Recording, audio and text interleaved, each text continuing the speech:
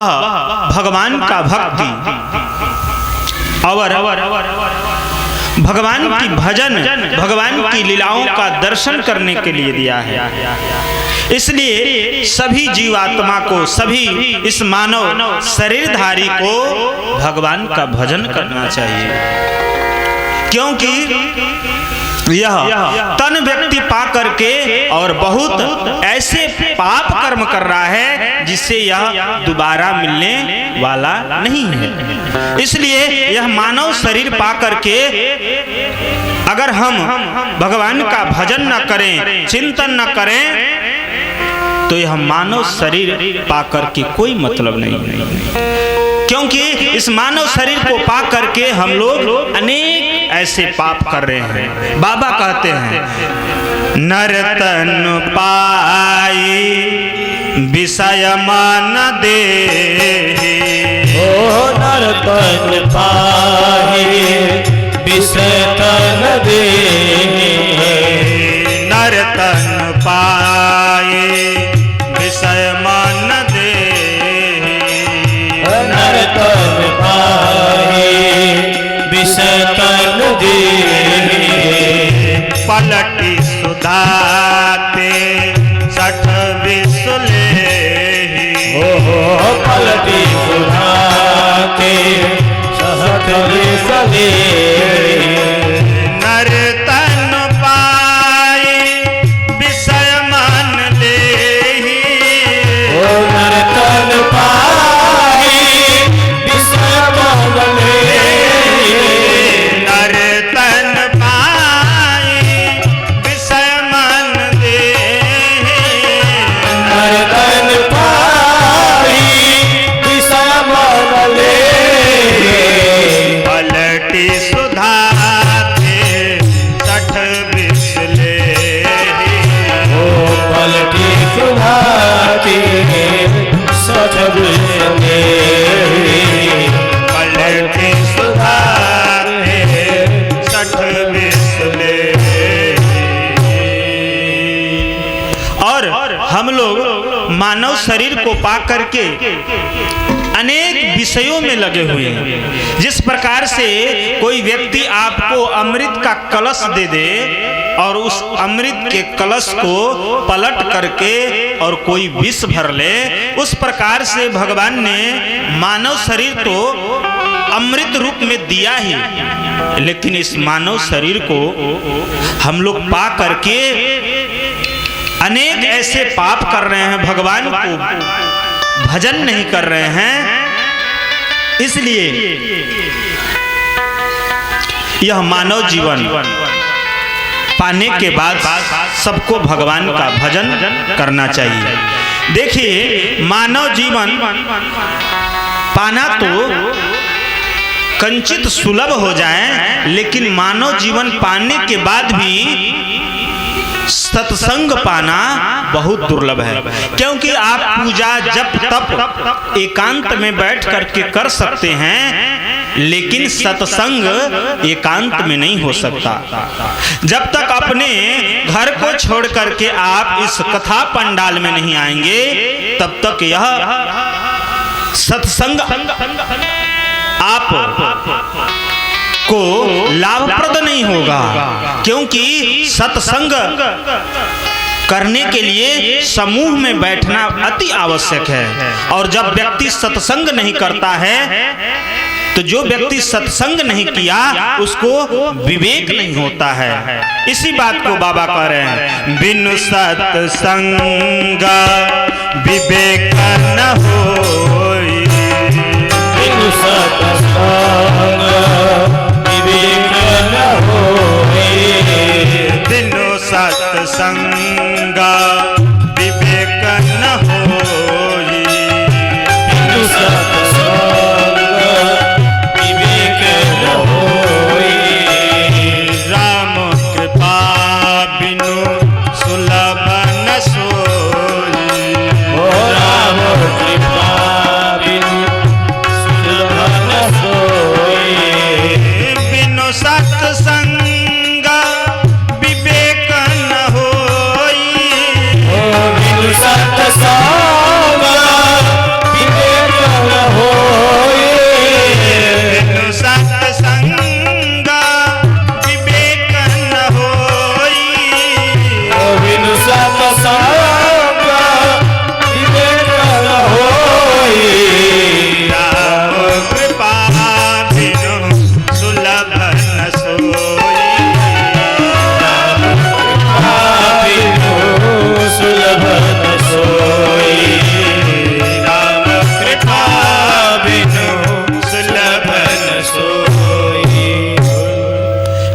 बिना सत्संग का विवेक नहीं हो सकता। ज्ञान आप पुस्तकी ज्ञान ले सकते हैं, और विवेक क्या है? आप लोगों के मन में विचार आ रहा होगा कि विवेक क्या है। ज्ञान, बुद्धि, विद्या और विवेक में चारों में बहुत अंतर है।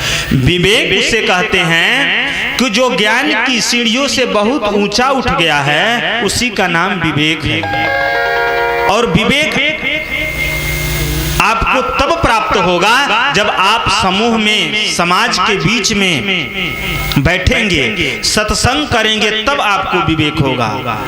पुस्तकी ज्ञान आपको हो सकता है, विद्या आप अध्ययन कर सकते हैं, लेकिन विवेक आपको तभी मिलेगा जब आप सत्संग में बैठेंगे। और बिना सत्संग का विवेक हो ही नहीं सकता। विवेक नहीं होगा तो आपको बड़ों के साथ में कैसे रहना चाहिए, छोटों को कैसे लाड़ प्यार देना चाहिए, ये आपको ज्ञान नहीं हो सकता। तो विवेक का होना अति आवश्यक है। अब प्रश्न उठता है कि सत्संग क्या है? तो देखिए, जीवन में आपको सब कुछ मिल सकता है, लेकिन सत्संग नहीं मिल सकता है। तात मिले पुण्यमात मिले, सुत भ्रात मिले, युवती सुखदाई। राज मिले गजबाज मिले, सब साज मिले, मन वांछित पाई। लोक मिले पर लोक मिले, विधि लोक मिले, वैकुंठ को जाई। सुंदर और मिले सब ही, पर संत समागम दुर्लभ भाई। आपको जीवन में तात, पुत्र, पुत्री, माता पिता, सुत, भ्राता, पत्नी, यह सब कुछ, यहाँ तक राज गजबाज, सब हाथी घोड़ा सब कुछ मिल सकता है, लेकिन बिना सत्संग को आपका जीवन अधूरा है। तो वह सत्संग कैसे मिलेगा? जब आप इस कथा पंडाल में आकर के बैठेंगे, भगवान की दिव्य रसमयी कथा का श्रवण करेंगे, तब आपको सत्संग भी मिलेगा और विवेक मिलेगा। हम लोग तो अभी बाहर की सत्संग के बारे में और अपने मानव जीवन के बारे में हम लोगों ने श्रवण किया। आइए सर्वप्रथम हम इस पंडाल में बैठे हैं, आप लोग भी बैठे हैं, तो यह कथा भागवत की सुनने के लिए बैठे हैं। इस कथा के कुछ मुख्य बात आपसे हम पहले बता दें। यह कथा जो भागवत की है, ये 6 अध्याय में पद्म पुराण से लिया गया महात्म्य है। उसके बाद से 1 स्कंद से लेकर के 12 माने 12 स्कंद तक यह इसमें अनेक खंडों में, स्कंदों में विभाजित किया गया है। इसमें कुल मिलकर के 335 अध्याय है और 18,000 श्लोक है। यह जो भागवत आप देख रहे हैं, इसका एक और सा पाठ है। ये दोनों मिलकर के 18,000 श्लोक हैं। यहाँ लिखा हुआ श्रीमद् भागवत महापुराण। सबसे प्रथम इसके लेखक हैं वेद व्यास जी महाराज। यह कथा जो आप लोग इस समय इस पंडाल में बैठ करके कथा श्रवण कर रहे हैं, यही कथा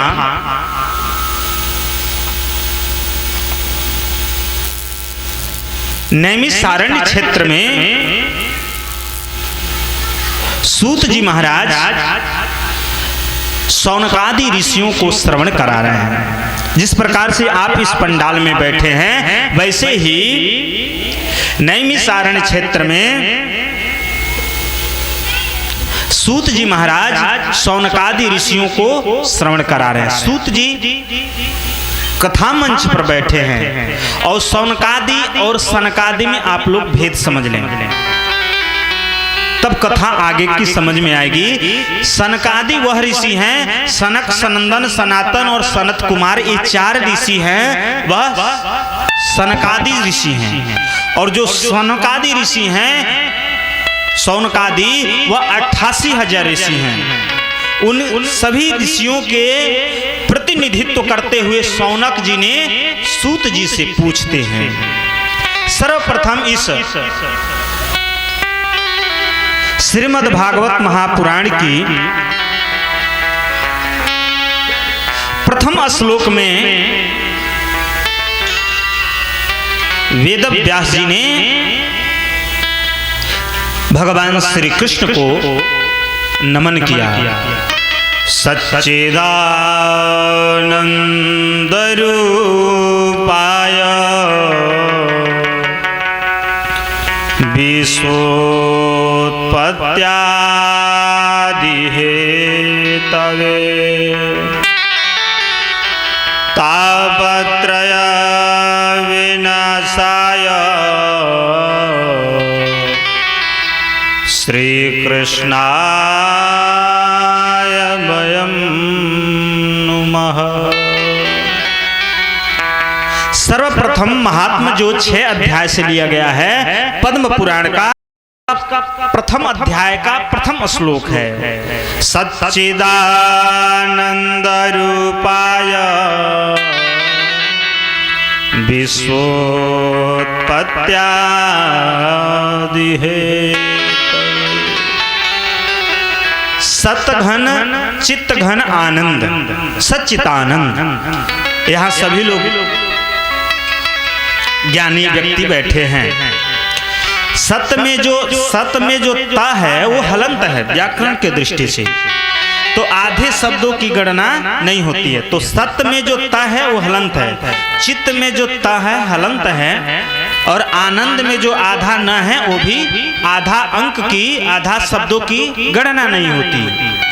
तो यह सत और चित आनंद, ये 5 अक्षर मिल करके सच्चिदानंद बनता है। सत का स, चित्त का च और ये 3 आनंद का 5 अक्षर मिल करके सच्चिदानंद बनता है। तो ये सच्चिदानंद कौन है? तो कहते हैं विश्वोत्पत्त्यादि हेतवे। यह विश्व का उत्पत्ति, पालनकार और संहारक है। और यह परमात्मा क्या करते हैं? तो यह परमात्मा तापत्रय विनाशाय श्री कृष्णाय वयं नमः। ये 3 प्रकार के तापों को नष्ट करते हैं। कौन कौन ताप? आधिदैहिक, आधिभौतिक और आध्यात्मिक। ये 3 प्रकार के जो हर व्यक्ति के अंदर ताप लगा रहता है। अब जानना ये है दैहिक ताप क्या है। दैहिक ताप वह होता है जो व्यक्ति के देह से होता है। जैसे व्यक्ति को अनेक प्रकार के रोग से व्यक्ति ग्रसित हो जाता है, जो शरीर से उसे कष्ट मिलता है, वह दैहिक ताप है। और दैविक ताप क्या है? तो जो देवताओं के द्वारा से प्राप्त होता है वह दैविक ताप है। जैसे अनावृष्टि, भूकंपादि जो होते हैं, जिससे समस्त जीवों को कष्ट होता है, वो दैविक ताप है। देवताओं के द्वारा से जो प्राप्त होता है वह दैविक ताप है। भौतिक ताप क्या है? भौतिक ताप यह है जैसे व्यक्ति का ये समस्त व्यक्तियों के अंदर है। अब आप विचार करेंगे यह कौन सा ताप है कि सर्व व्यक्तियों के अंदर है। तो यह जो भौतिक ताप है वह सबको ग्रसित करता है। आजकल तो यही लगा हुआ, पड़ोसी का एक मंजिल बन गया, मेरा नहीं बना। इतना मन में जलन हो रहा है कि क्यों नहीं बना। तो उस व्यक्ति को दिन रात काम करना पड़ रहा है, अनेक कठिन परिश्रम करना पड़ रहा है, बहुत कष्ट झेलना पड़ रहा है, क्योंकि एक दूसरे के मन में द्वेष की भावना है। पड़ोसी का 4 पहिया वाहन हो गया, मेरे पास 2 ही पहिया है, क्यों मेरे पास नहीं हो पा रहा है। इस चक्कर में तमाम प्रकार के वो यत्न कर रहा है। तो इतना उसको कष्ट मिल रहा है दूसरे के वैभव को देख करके कि वह रात भर सो नहीं पा रहा है। क्योंकि इसी बात को बाबा रामचरितमानस में कहते हैं, दैहिक दैविक भौतिक तापा, दैहिक दैविक भौतिक तापा, दैहिक दैविक भौतिक तापा, दैहिक दैविक भौतिक तापा, राम राज काहू न व्यापा, राम राज काहू न व्यापा, दैहिक दैविक भौतिक तापा, दैहिक दैविक भौतिक तापा, दैहिक दैविक भौतिक तापा, दैहिक दैविक भौतिक तापा, राम राज काहू न व्यापा, राम राज कहीं होए व्यापा, राम राज होए व्यापा। यह और अन्य लोगों से जो ताप लग रहा है यह दैहिक दैविक और भौतिक, यह परमात्मा यह तीनों तापों को नष्ट कर देते हैं, समाप्त कर देते हैं। तापत्रय विनाशाय श्री कृष्णाय वयम्। ऐसे श्री भगवान कृष्ण को हम सब प्रणाम करते हैं, नमस्कार करते हैं। बोलिए कृष्ण भगवान की, राधा रानी सरकार की। दूसरे श्लोक में कह रहे हैं, यम प्रव्रजन्तमनुपे तमपि तकृत्यम द्वैपायनो विरह का तरया जुहाव, पुत्रेति तन्मयतया तरवो भिनेदुस् तं सर्वभूत हृदयं मुनिमानतोस्मि।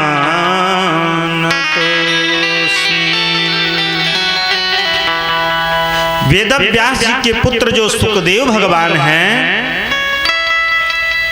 वह मां के गर्भ में 12 वर्ष तक रह गए।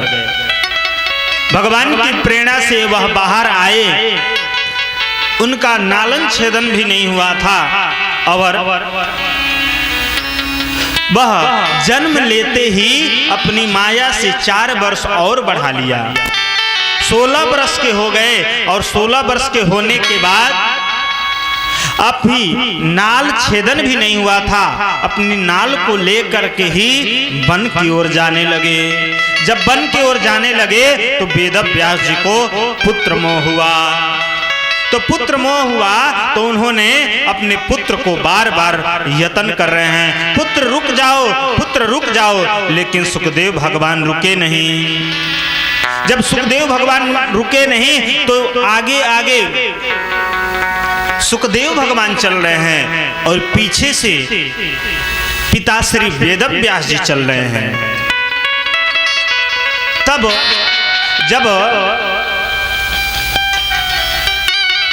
वेद व्यास जी कई बार निवेदन किए, सुखदेव भगवान जब नहीं रुके तो सुखदेव भगवान ने मन में विचार किया कि पिताश्री कब तक मेरे पीछे चलेंगे।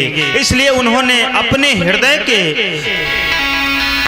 उन वृक्षों से, उन लताओं से जोड़ दिया। तो उन लताओं ने प्रति उत्तर दिया कि हे वेद व्यास जी, आप जिसको अपना पुत्र समझ रहे हैं वह आपके पुत्र नहीं है, वह समस्त इस जीव आत्मा के जीवन धन्य है, वह परमात्मा है। इसलिए आप इस पुत्र मोह को छोड़ें और अपने आश्रम को चले जाएं। इस वचन को सुन करके वेद व्यास जी महाराज वहां से चले आए। यह सुखदेव भगवान अपने भगवान की भजन में जंगल में रह करके भगवान का भजन कर रहे हैं, अपने आनंद में जीवन को व्यतीत कर रहे हैं। आपसे मैंने बताया कि नैमिषारण्य क्षेत्र में यह कथा हो रही है। कथा मंच पर सूत जी महाराज बैठे हैं और 88,000 शौनकादि ऋषि के प्रतिनिधित्व करते हुए शौनक जी ने सूत जी से पूछा, अज्ञान ध्वंत विध्वंसा कोटि सूर्य समाप्रभा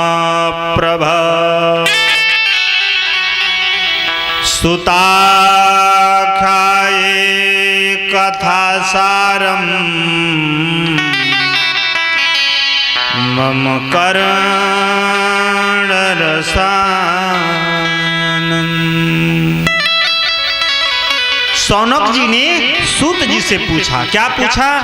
अज्ञान ध्वंत विध्वंसा, हम लोग के पास अज्ञान रूपी अंधकार है, कोटि सूर्य समप्रभा, और करोड़ों सूर्य के समान आपके पास ज्ञान है।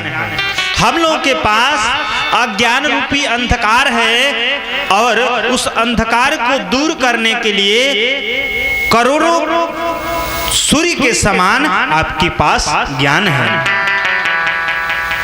तो सुताख्या ही कथा सारम, तो कोई ऐसा आप दिव्य कथा श्रवण कराएं जिससे हम सभी जीव आत्मा का कल्याण हो। क्योंकि अब सतयुग द्वापर त्रेता बीत गया, अब आगे कलयुग आने वाला है और कलयुग में ऐसे मंद बुद्धि के लोग होंगे जो वेद नहीं पढ़ पाएंगे। वेद को पढ़ना बड़ी कठिन है, तो वेद नहीं पढ़ पाएंगे। तो जब वेद नहीं पढ़ेंगे तो उन जीव आत्मा का कल्याण कैसे होगा? तो आप कुछ ऐसा कथा का सार सुनाए। देखिए, कथा नहीं कहे, क्योंकि कथा तो बहुत लंबी चौड़ी हो जाएगी। कथा का सार सुनाए। जैसे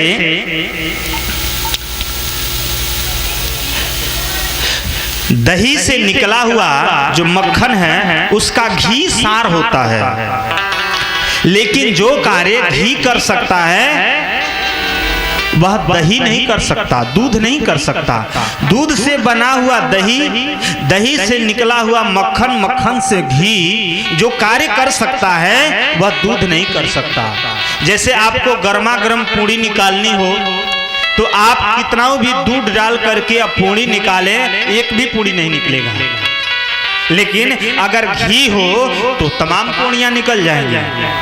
तो दूध से 10 किलो दूध होगा तो उसका कुछ कम दही होगा, उससे कुछ कम मक्खन होगा, अब मक्खन से ही कम घी होगा, क्योंकि दूध तो बहुत लंबा चौड़ा हो जाएगा, लेकिन घी जो कार्य कर सकता है वह दही और मक्खन नहीं कर सकता।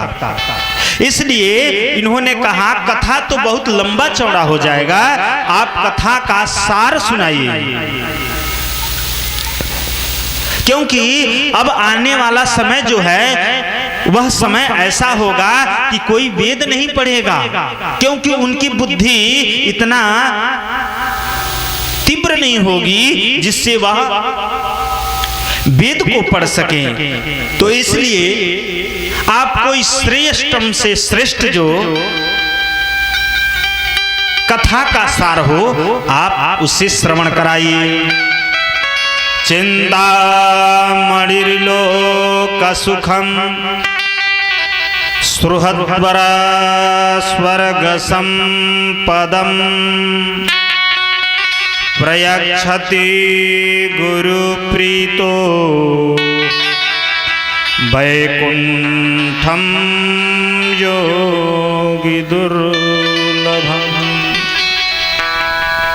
जब सूत जी इस प्रकार से सुने कि सौनक जी इस प्रकार से हमको कह रहे हैं कि महाराज कलयुग आने वाला है, इस जीवात्मा का कल्याण कैसे होगा, तो कहते हैं कि चिंतामणि जैसे एक दिव्य पत्थर है जिसके सन्मुख या पास में बैठ करके जो आप चिंतन करेंगे वह उसे सुलभ करा देता है। चिंतामणि में इतना शक्ति है कि स्वर्ग की संपदा भी आपको दे सकता है। कल्प वृक्ष ऐसा वृक्ष है, उस वृक्ष के नीचे अगर कोई बैठ करके जो कल्पना करे उसे वह शीघ्र प्राप्त करा देता है। लेकिन उस चिंतामणि और उस कल्प वृक्ष में यह सामर्थ्य नहीं कि वह परमात्मा से मिला दे। अगर परमात्मा से मिलाने का कोई साधन है तो वह है भगवान की कथा। इस प्रकार से जब सौनक जी ने सूत जी से कहा तो सूत जी प्रसन्न हो गए और प्रसन्न होकर के कहा, प्रीति सौनक चित्ते ते हतो बस्मि विचार्य च सर्व सिद्धांत निष्पन्नम संसार भयनाशनम। इस प्रकार से सौनक जी के वचन को सुन करके सूत जी महाराज प्रसन्न हो गए और प्रसन्न होकर के कहे, आप को इस शब्द को सुन करके, इस वाणी को सुन करके मैं अति प्रसन्न हूं। आपने जो कहा कि आप कथा का सार सुनाएं तो वही मैं कथा का सार सुनाने जा रहा हूं, आप ध्यान से सुनें। तो आप लोग भी सावधान होकर के भगवान की मंगलमयी कथा श्रवण करें। काल व्याल मुखग्रास त्रास निर्युग द्वापर त्रेता व्यतीत हो गया, अब कलयुग आने वाला है। तो काल व्याल मुखग्रास, यह कलयुग क्या है? काल रूपी व्याल मतलब सर्प जैसे मुख खोल करके बैठा हो कि कब कोई मिल जाए तो उसे चबा जाए, खा जाए। इस प्रकार से यह कलयुग समस्त कलमुष प्राणियों को खाने के लिए तैयार बैठा है। तो इनसे उद्धार कैसे होगा? तो उद्धार एक ही चीज से होगा, जो श्रीमद् भागवत कथा है। इस कथा को सुन करके जीव परम धाम को चला जाता है। और यह कथा मिलेगा कैसे? तो कहते हैं एक जन्म नहीं, भाग्योदय बहुजन्म समर्जितेना सत्संगमं च लभते पुरुषो यदा वै। महाराज यह सत्संग कैसे मिलेगा? एक जन्म नहीं, कई जन्मों का जब भाग्य पुण्य उदय होगा तब यह सत्संग करने को अवसर प्राप्त होगा।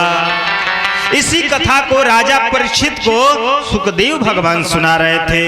तो जब सुखदेव भगवान सुना रहे थे तो देवता लोग समझे कि यह कथा में है क्या, क्योंकि राजा परीक्षित को कथा सुखदेव भगवान सुना रहे हैं। राजा परीक्षित को श्राप लगा है कि आज के 7वें दिन तक्षक नाग डसेगा, जिससे आपका प्राणांत हो जाएगा। देखिए हर व्यक्ति का उसी 7 दिन के बीच में ही मरना है, क्योंकि रविवार से लेकर के और शनिवार तक इसी 7 दिन के बीच में ही सभी का अंत होगा। इसलिए यह 7 दिन का ही समय दिया। राजा परीक्षित को यह लगा हुआ श्राप, उस श्राप से उद्धार के लिए सुखदेव भगवान कथा श्रवण करा रहे हैं। यह कथा हो रही है तो देवता अमृत का कलश लेकर के और जहां यह कथा हो रही थी वहीं पहुंच गए। और पहुंचने के बाद सुखम नत्वा बदन सर्वे स्वकार्य कुशला सुरा कथा सुधाम प्रयक्षस्व गृहीतैव सुधा। देवता आए और देवता आकर के सुखदेव भगवान को नमस्कार किया और नमस्कार करने के बाद कहे महाराज आप जिस कथा को राजा परीक्षित को श्रवण करा रहे हैं उस कथा को हमें श्रवण कराएं। और राजा परीक्षित को मरने का भय है कि आज के 7वें दिन तक्षक नाग डसेगा, जिससे इनका प्राणांत हो जाएगा। तो उस राजा परीक्षित को आप यह अमृत पान करा दें और वह कथा अमृत है, मुझे पान करा दें। जब इस प्रकार से देवताओं ने कहा तब सुखदेव भगवान ने कहा, अरे ठगियों, तुम देवता लोग कब से स्वार्थ की बात करने लगे, निस्वार्थ की बात करने लगे। तुम तो स्वार्थी हो, क्योंकि उन स्वार्थियों में सबसे प्रथम अगर नाम किसी का आता है तो तुम देवताओं का आता है। तुम देवता स्वार्थी हो, आज परमार्थ की बात कैसे करने लगे? अगर तुम आकर के यहाँ बैठ करके कथा श्रवण करते तो हम कथा श्रवण कराते, लेकिन तुम विनिमय करने की बात कर रहे हो। तो क्व स्वधा क्व कथा लोके क्व कांच क्व मणिर्महान ब्रह्मरातो विचारैव तदा देवांजहासः।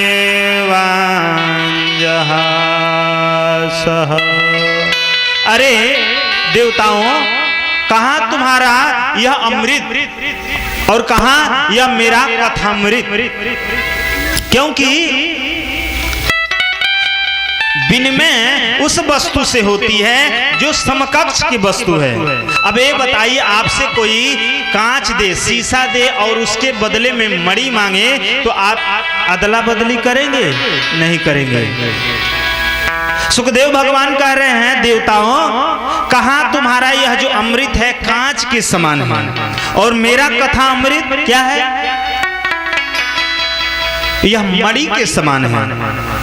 तो आप बताओ कि यह मणि से कोई शीशा कांच कैसे विनिमय करेगा? तुम तो बड़ा स्वार्थी हो, इसलिए तुम स्वार्थ की बात कर रहे हो, तुम परमार्थ की बात नहीं कर रहे हो। इसी बात को रामचरितमानस में बाबा कहते हैं, सुर नर मुनि सब किया हरि, सुर मुनि सब किया हरि, सुर नर मुनि सब किया हरि,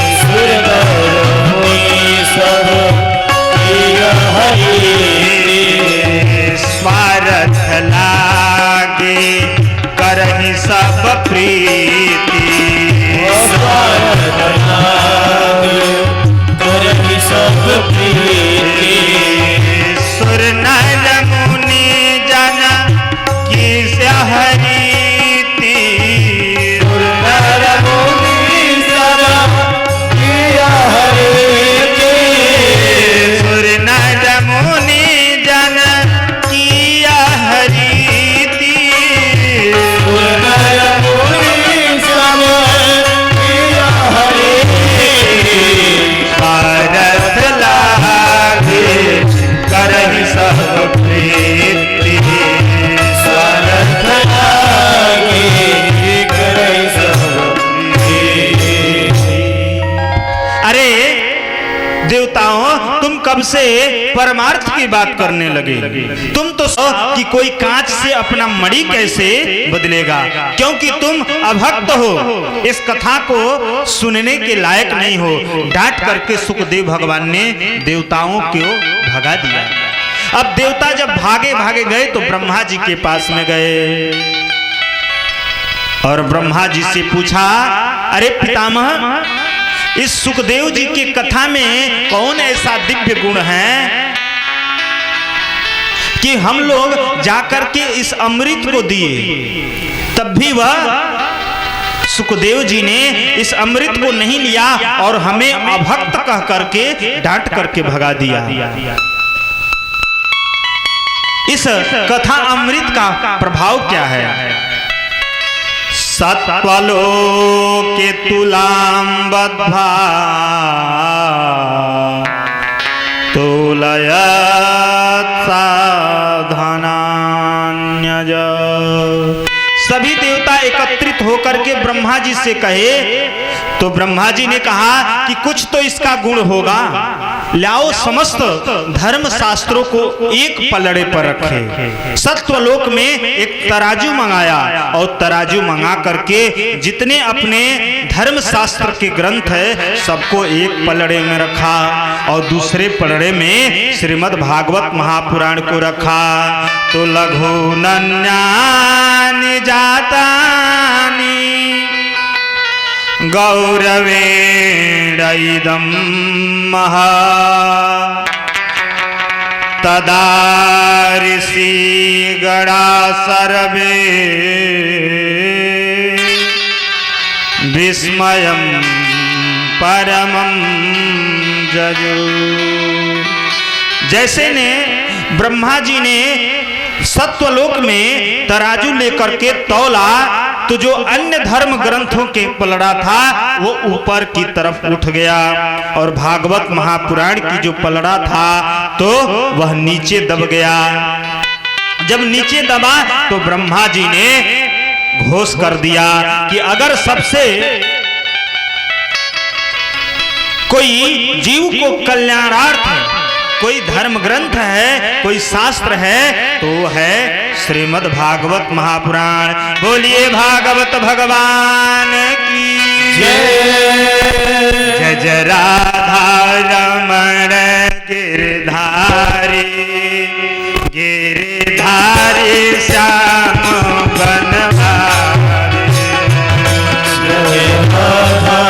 रमण गिरधारी गिरधारी श्याम बनवारी जय जय राधा रमण गिरधारी गिरधारी श्याम बनवारी राधा रमण गिरधारी गिरधारी श्याम बनवारी जय जय राधा रमण गिरधारी गिरधारी श्याम बनवारी ओ राधा रमण गिरधारी गिरधारी श्याम बनवारी गोविंद मेरो है गोपाल मेरो है गोविंद मेरो है गोपाल मेरो है गोविंद मेरो है गोपाल मेरो है गोविंद मेरो है गोपाल मेरो है बाके बिहारी नंदलाल मेरो है बिहारी नंदलाल बोलिए राधा रानी सरकार की बिहारी नंदलाल मेरो है गोविंद मेरो है गोपाल मेरो है गोविंद मेरो है गोपाल मेरो है गोविंद मेरो है गोपाल मेरो है बोलिए गोविंद भगवान की। ब्रह्मा जी ने जय घोष कर दिया कि सबसे श्रेष्ठ कोई साधन है तो वह है श्रीमद् भागवत महापुराण। 4 ऋषि यह हमेशा जीवन पर्यंत सत्संग करते हैं, एक क्षण भी भगवान से दूर नहीं होते। यह चारों ऋषि बद्री विशालापुरी में आकर के और सत्संग कर रहे थे। जब सत्संग कर रहे थे उसी समय नारद जी को मन में विचार आया कि हम चलें और चल करके थोड़ा सा पृथ्वी का भ्रमण करें। तो जब भ्रमण करने के लिए निकले तो अनेक क्षेत्रों में गए, लेकिन उनको कहीं भी शांति नहीं मिली। घूमते घूमते अनेक तीर्थ स्थानों में गए, लेकिन जब कहीं शांति नहीं मिली तो फिर उन्होंने वहां से चलते चलते विशालापुरी में पहुंचे तो इन चारों ऋषियों से मुलाकात हो गई। नारद जी का मुख मलिन है, उनको समझ में नहीं आ रहा है कि क्या करें। जैसे ही इन कुमारों को देखे तो कुछ क्षण के लिए नारद जी रुके। जब नारद जी रुके तो वह कुमारों ने पूछा, कथम ब्रह्मण दीन मुखा कुतश्चिंता तुरो भवान त्वरितं गम्यते कुत्र कुतश्चागमनं तव। अरे महाराज जी, नारद जी, आपका मुख मलिन कैसे हुआ है? आप जैसे विरक्त संतों का कौन ऐसा धन चला गया है जिससे आपका मुख मलिन हो गया है? किस विषय का चिंतन आप कर रहे हैं जिससे आपका मुख मलिन हो गया है? आप अपने चिंता का कारण बताए। तब नारद जी ने कहा, अहम तो पृथ्वीं जातो ज्ञात्वा सर्वोत्तमामिति पुष्करं च प्रयागं च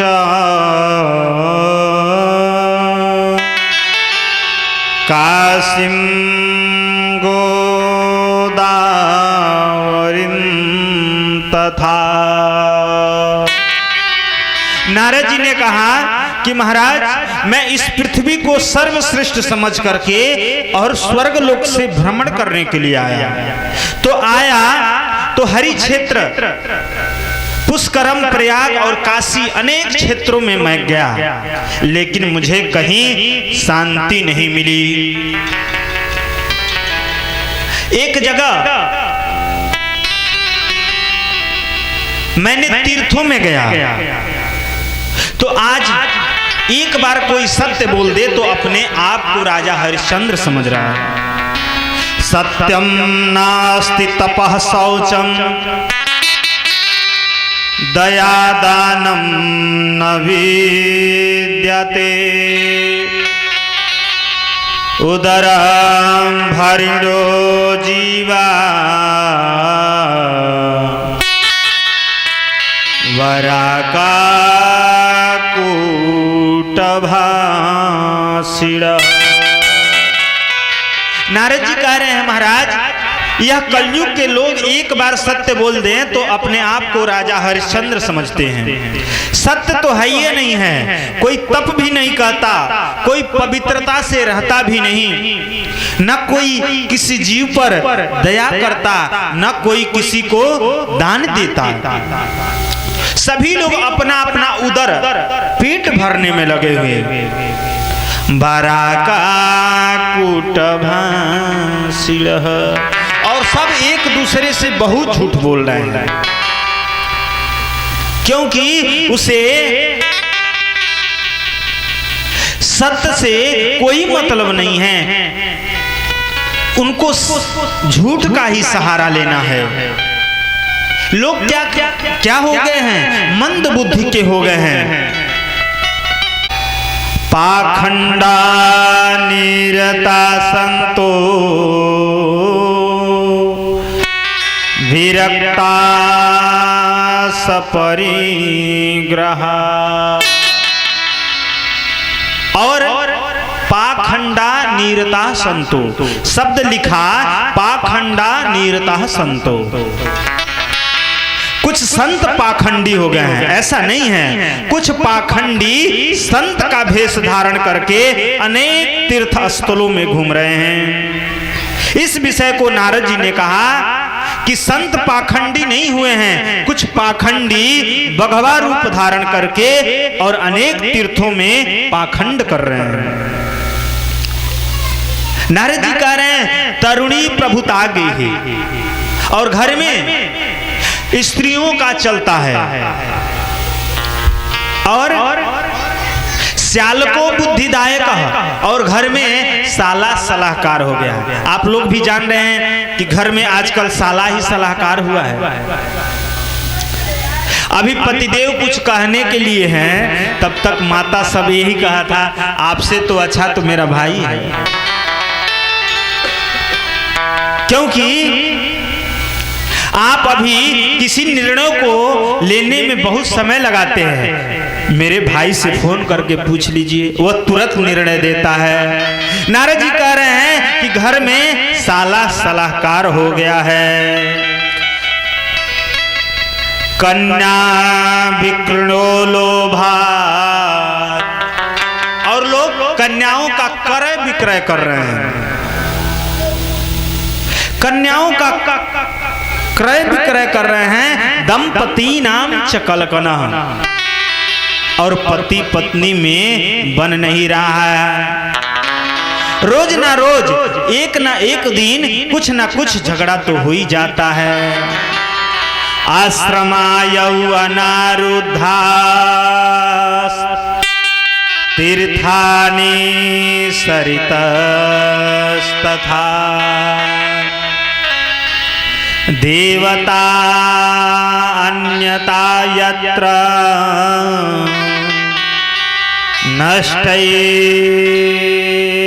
नष्टानि भूरिशः। अरे महाराज, यहाँ तक मैंने देखा कि आश्रमों में नवयुवक अपना राज्य स्थापित कर दिए हैं। दुष्ट व्यक्ति किसी को अपनी दुष्टता से बोलने तक नहीं देता है। न योगी न सिद्धोवा, न कोई योगी है न कोई सिद्ध है, न कोई ज्ञानी है न कोई धर्मात्मा है। इतना कलयुग ने अपना प्रभाव दिखाया है जिससे इस जगत में कोई श्रेष्ठ रहा ही नहीं। अट्टशूलः संपदा, लोग एक दूसरे से विमंसता कर रहे हैं, एक दूसरे से द्वेष कर रहे हैं, और कामिन्या के ससूलिन्या, जो कामिनियां स्त्रियां हैं वो अपनी बालों को खोल करके और बाजार में घूम रही हैं। इस प्रकार से मैंने यह दृश्य को देखा तो मेरा मन बहुत चिंतित हुआ और मैं हरि क्षेत्रों में गया, हरि क्षेत्र काशी गोदावरी इत्यादि क्षेत्रों में गया, लेकिन कहीं मुझे शांति नहीं मिली। तो मैं वहां से भागे भागे यमुना जी आया, श्रीधाम वृंदावन में पहुंचा। और जब श्रीधाम वृंदावन में पहुंचा तो मैंने एक दृश्य देखा। क्या देखा कि एक स्त्री नवयुवक है और उसके दो पुत्र जो हैं वो वृद्ध अवस्था में हैं। कुछ स्त्रियां उस स्त्री की सेवा कर रही हैं। तो मैंने जैसे ही देखा तो मन में विचार आया कि एक बार तो मैंने एक स्त्री के चक्कर में पड़ा तो मुझे बानर बनना पड़ा, इसलिए मैं स्त्रियों के बीच में अब नहीं जा सकता। मैं उन स्त्रियों को देख करके और जाने लगा तो वह स्त्री ने मुझे कहा, भो भो साधो क्षणं तिष्ठ मश्चिन्तामपि नाशय दर्शनं तव लोकस्य सर्वथा पघरं पर। जैसे ही नारद जी आगे बढ़े तो वह स्त्री जो थी उन्होंने रोका, भो भो छाधुम, अरे साधु, हे सज्जन व्यक्ति, क्षणं तिष्ठ, कुछ क्षण के लिए आप रुक जाइए। मश्चिन्तामपि नाशय, मेरे अंदर एक चिंता सता रहा है, उसका आप चिंता को नाश कर दीजिए, समाप्त कर दीजिए। जब इस प्रकार से नारद जी से कहा तो नारद जी रुक गए और नारद जी ने पूछा, काशित्वं कार्विमोचेर्मा, तुम कौन हो और तुम्हारे बीच में यह जो नारियां स्त्रियां हैं सेवा कर रही हैं ये कौन है? ये जो दोनों बगल में वृद्धावस्था में पड़े हुए हैं यह कौन है? जब इस प्रकार से उस स्त्री से नारद जी ने पूछा तो वह स्त्री ने कहा, अहम भक्तिरिति ख्याता इमौ में तनौ मतौ ज्ञान वैराग्य न मानो कालयोग नजर जर। वह स्त्री ने कहा कि मैं भक्ति हूं और मेरे यह दोनों पुत्र हैं। इन दोनों का नाम, एक का ज्ञान है और एक का वैराग्य है। जो बगल में स्त्रियां सेवा दे रही हैं वह अनेक नदियां हैं। नारद जी पूछा, अपने आप जन्म कर्म के बारे में बताइए। तब भक्ति महारानी ने, वह स्त्री ने कहा कि मेरा जन्म द्रविड़ देश में हुआ। मैं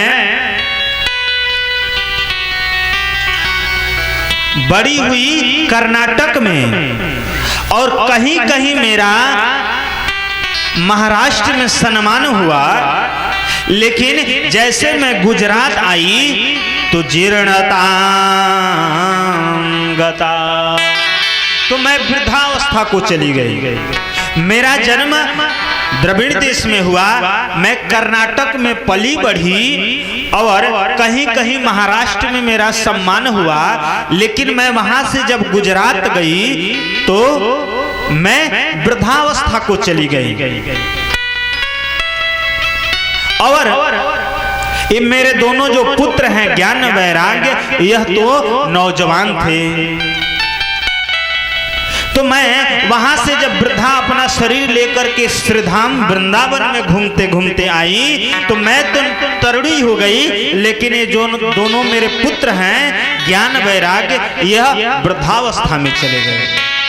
तो आप लोग भी सोचिए कि जिसकी माँ नवजुवक हो और पुत्र वृद्धावस्था में चले जाए तो उस माँ को कितना कष्ट होगा। तो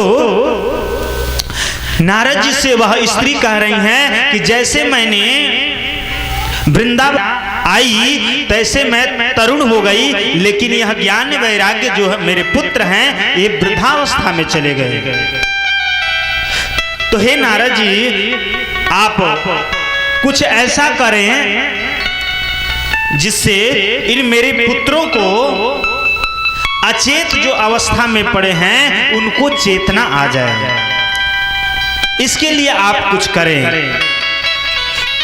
तो नारद जी ने कहा, वृंदावनस्य संयोगात् पुनस्त्वां तरुणी नवा, धन्यं वृंदावनं तेन भक्ति नृत्यति यत्र च। नारद जी कह रहे हैं धन्य है ये वृंदावन श्रीधाम, यहाँ तो भक्ति महारानी नृत्य करती हैं। आप बहुत अच्छा कि आप इस श्रीधाम वृंदावन में आ गई।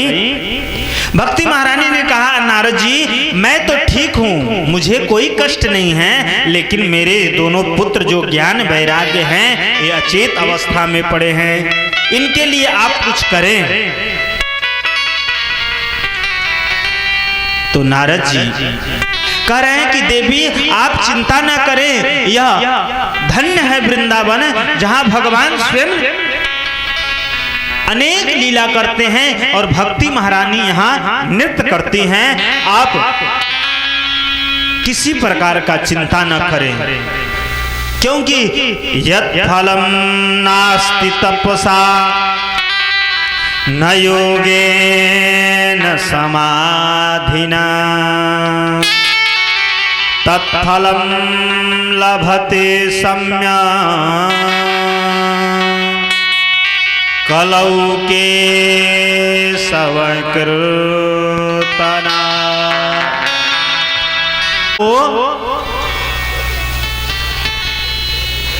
तप जप योग ध्यान धारणा से मिलेगा, वह कलयुग का प्रभाव है कि उसे आप भगवान के नाम संकीर्तन करने से ही प्राप्त हो जाएगा। इसी बात को रामचरितमानस में बाबा कहते हैं, कलि करये का पुनीत प्रताप, कलि करये का पुनीत प्रताप, कलि करये का पुनीत प्रताप, कलि करये का पुनीत प्रताप, मानस पुण्य होई नहीं पापा, मानस पुण्य होई नहीं पापा, कलि करये का पुनीत प्रताप, कलि करये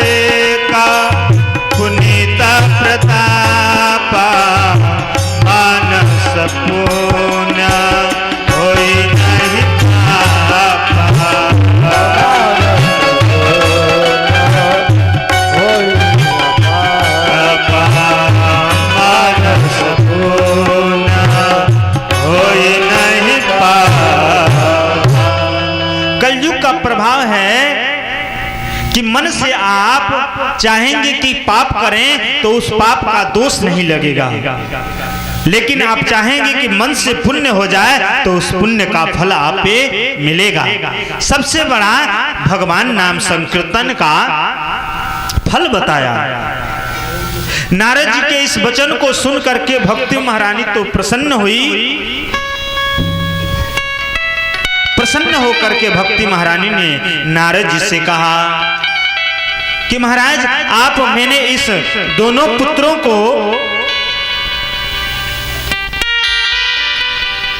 कुछ ऐसा उद्यम करें जिससे इनका कल्याण हो। नारद जी ने कहा, महाराज देवी आप चिंता न करें, मैं ऐसा कथा श्रवण कराऊंगा जिससे यह दोनों ज्ञान वैराग्य जो हैं वह चेतना को प्राप्त होंगे। इस वचन को सुन करके भक्ति महारानी जो थी वह नारद जी की जय जयकार करने लगी। जयति ते जगति जयति माया यस्य काया धवस्ते वचन रचन में कम केवलम चाकलय्य ध्रुव पदमपि यातो यत्कृपातो ध्रुवोऽयम् सकल कुशल पात्रम ब्रह्मपुत्रम नतास्मि। जब इस प्रकार से नारद जी ने कहा कि आपके पुत्रों को चेतना में लाने के लिए मैं सब उद्यम करूंगा, तो भक्ति महारानी नारद जी की जय जयकार करने लगी। धन्य है नारद जी, आपके इन वचनों को सुन करके कयाधु नंदन भक्त प्रहलाद परम भागवत हो गए। ध्रुव जी ध्रुव लोक में चमक रहे हैं आपके ही इस प्रेरणा के इस शब्दों को, इस सत्संग को सुन करके। भक्ति महारानी प्रसन्न हो गई। नारद जी ने कहा, आप झूठ मूठ के चिंता कर रही हैं, आप चिंता को छोड़ें, भगवान श्री कृष्ण का स्मरण करें और आपका समस्त दुख समाप्त हो जाएगा। नारद जी यह वचन कह करके जा ही रहे थे, आगे बढ़ने की कोशिश किए, भक्ति महारानी ने रोक लिया और कहा कि आप इनकी दुख को दूर करें। नारद जी ने कहा, बहुत अनेक ग्रंथों उपनिषदों को, वेद वेदांतों को, गीता पाठैर मुहुर मुहुर गीता का बार बार पाठ करके सुनाया। जैसे ही सुनते वह ज्ञान वैराग्य वैसे ही चेतना में होते, और नारद जी जैसे बंद कर देते सुनाना वैसे ही अचेत हो जाते। जब अचेत हो जाते, नारद जी को समझ में नहीं आ रहा है क्या करें। इतना वेद वेदांत उपनिषद शास्त्रों पुराणों को सुनाए, लेकिन वह ज्ञान वैराग की चेतना नहीं आई। तब नारद जी ने उन ज्ञान वैरागों के कान में जा करके कह रहे हैं, उठ जाग मुसाफिर भोर भई अब रैन कहाँ तुम सोवत है। उठ जाग मुसाफिर भोर भये अब रैन कहाँ जो सोवत है। उठ जाग मुसाफिर भोर भई अब रैन कहाँ तुम सोवत है। उठ जाग आप लोग भी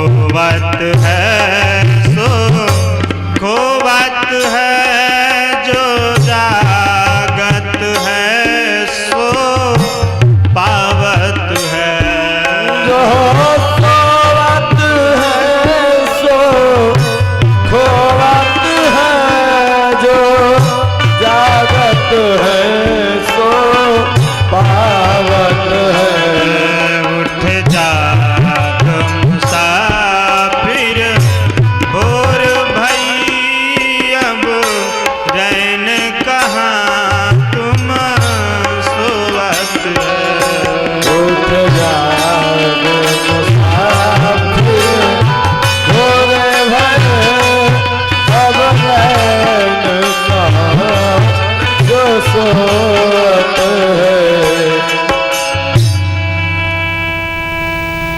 इस प्रकार से जब नारद तो चेतना में आते और कुछ देर के लिए फिर उसके बाद से अचेत अवस्था में चले जाते, तब फिर नारद जी कहते हैं उठ नींद से आँखिया खोले जरा, उठ नींद से आँखिया खोले जरा, उठ नींद से आँखिया खोले जरा। जाग मुसाफिर घोर भय अब नैन कहाँ जो सोत है। उठ नींद से आँखियाँ खोले जरा, उठ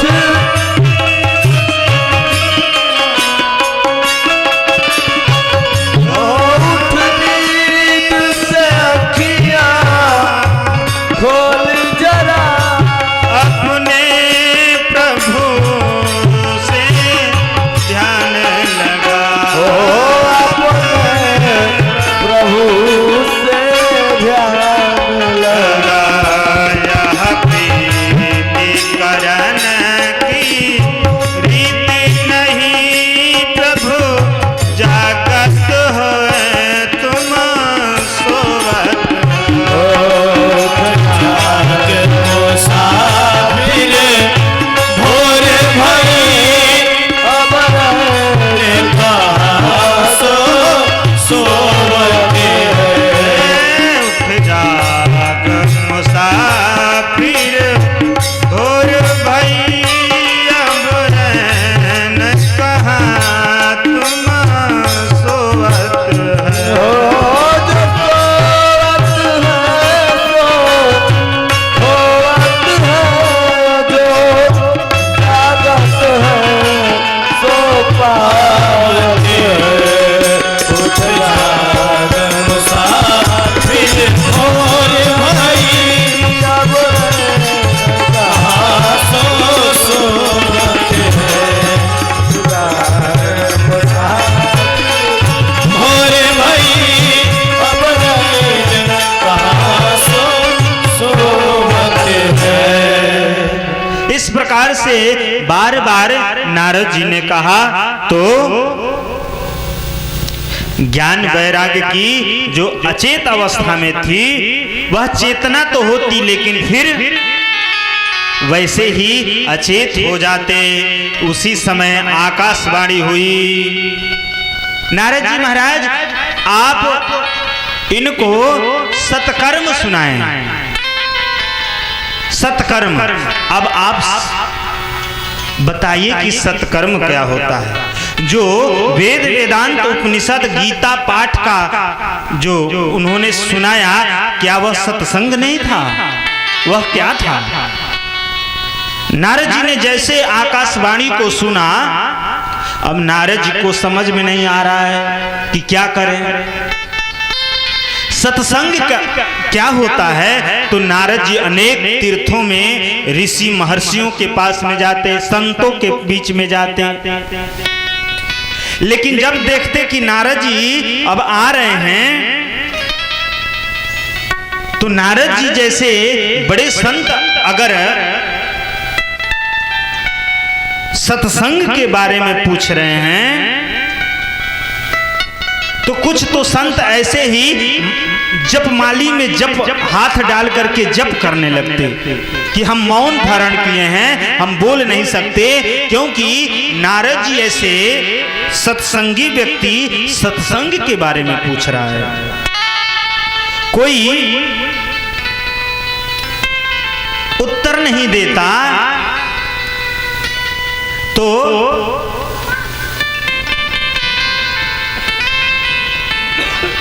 घूमते घूमते नारद जी को वही सनत कुमार मिल गए।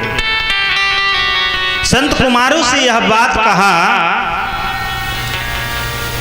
तो सनत कुमार कहे कि आप व्यर्थ की चिंता कर रहे हैं नारद जी, आप चिंता न करें। भागवत ऐसा शास्त्र है जिसको सुन करके बड़े से बड़े पापी व्यक्ति भी तर जाता है। यह निकला हुआ तो वेद से है, लेकिन यह भागवत कथा को श्रवण करके बड़े से बड़े पापी तर जाते हैं। नारद जी जब उन सनकादि ऋषियों से पूछे तो सनकादि ऋषियों ने कहा कि आप भागवत का कथा करें। नारद जी ने कहा कि महाराज मेरे जैसे संत के पास तो धन नहीं है, कथा कराने के लिए मंच की व्यवस्था, टेंट की व्यवस्था आदि आदि बहुत सारे चीज की व्यवस्था करनी पड़ती है। वह सब व्यवस्था करने के लिए धन चाहिए, मेरे पास तो धन है नहीं, कथा कैसे होगा। सनत कुमारों ने कहा कि कथा वहां होगा जहां किसी प्रकार का कोई खर्च नहीं होगा।